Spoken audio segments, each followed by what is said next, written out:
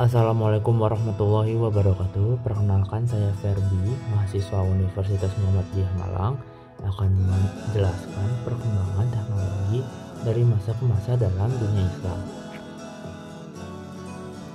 Dalam perkembangan teknologi, tidak terlepas dari adanya perkembangan sains atau ilmu pengetahuan. Teknologi merupakan hasil karya dan penemuan manusia. Adapun yang menjadi tujuan dari adanya penciptaan teknologi yaitu untuk mempermudah manusia dalam memenuhi kebutuhan sehari-hari ataupun berkegiatan. Perubahan kemajuan teknologi dari masa ke masa merupakan bukti nyata dari semakin majunya pemikiran manusia. Teknologi yang ada sekarang sebetulnya sudah disinggung oleh teknologi pada zaman dahulu.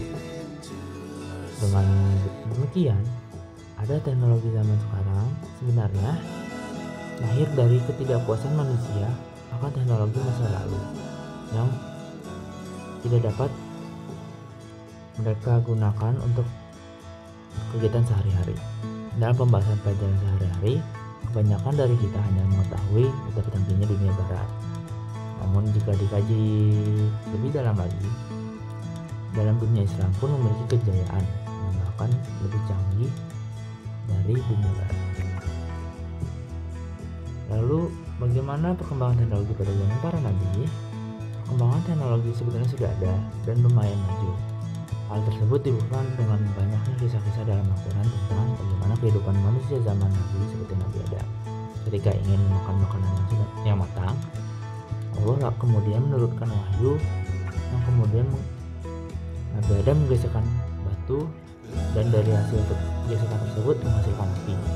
Lalu Nabi Nuh yang membangun bahtera raksasa atas perintah Allah SWT agar para makhluk hidup dapat bertahan hidup dari banjir besar.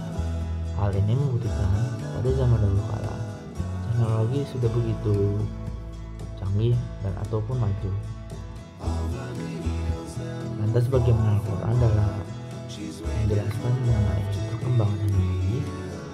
Pada surat Al-Alaq ayat 1-5 dapat diperhatikan bahwasanya dalam ayat tersebut memerintahkan umat manusia untuk membaca.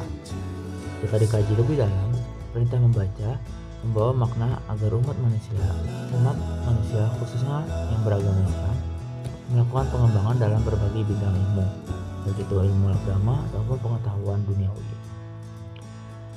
Ayat-ayat Al-Quran yang membahas mengenai sains atau ilmu pengetahuan berjumlah begitu banyak. Setidaknya ada 800 ayat dalam Al-Quran yang membahas mengenai alam, pengetahuan, ilmu sains, dan fenomena-fenomena ilmiah lainnya. Jumlah ini disebutkan terutama jika dibandingkan dengan ayat-ayat fikih yang hanya disebutkan 160 ayat. Beberapa contoh lainnya dari ayat Al-Quran mengenai ilmu pengetahuan adalah sebagai berikut. Dari 19-20 adalah fenomena alam dan luar biasa. Surat Al-Anbiya ayat 30 tentang penciptaan manusia dan surat As-Sur ayat 6 tentang fenomena alam.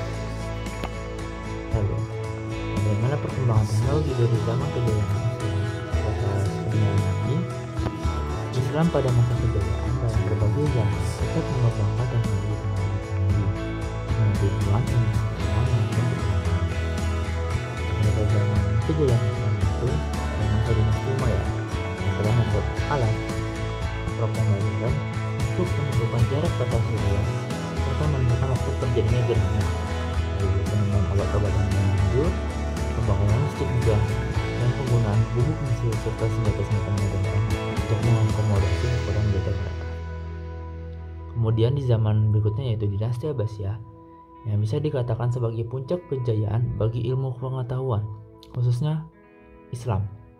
Hal tersebut dikarenakan pemerintahan Abbasiyah pada masa itu mengutamakan kemajuan ilmu pengetahuan dengan membangun pusat kajian yaitu Baitul Hikmah untuk mengembangkan ilmu pengetahuan, menerjemahkan buku-buku asing, lalu membuat tempat observatorium serta mengembangkan ilmu-ilmu pengetahuan di bidang kedokteran, sastra, astronomi yang akhirnya membuat dasar dari teknologi sekarang ini. Di zaman ini pula hadirnya orang-orang seperti Al-Khawarizmi, Imam Bukhari, Ibnu Sina, filsuf ataupun ilmuwan yang mendapat pengakuan dari berbagai kalangan, termasuk dari barat itu sendiri. Kemudian, di zaman berikutnya memasuki Islam modern yang diperkirakan muncul pada abad awal ke-18. Walaupun kala itu Islam mengalami kemunduran di saat bangsa Eropa telah bangkit dari masa kegelapan.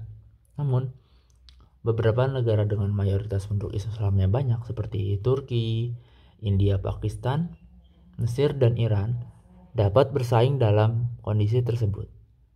Mereka membangun lembaga pendidikan dan memasukkan pelajaran ilmu pengetahuan ke dalam pendidikan Islam, lalu mendirikan perguruan tinggi dalam bidang teknologi, kedokteran, maupun militer, serta memanfaatkan para kolonial yang menjajah beberapa negara Islam dan belajar dari para pendatang ataupun belajar langsung ke Eropa, yang pada akhirnya membuat negara-negara Islam tersebut bersaing dengan negara lainnya. Bahkan beberapa negara dapat memanfaatkan nuklir sebagai sumber energi. Oke, cukup sekian dari saya. Terima kasih. Jangan lupa tunggu konten-konten lainnya. Wassalamualaikum warahmatullahi wabarakatuh.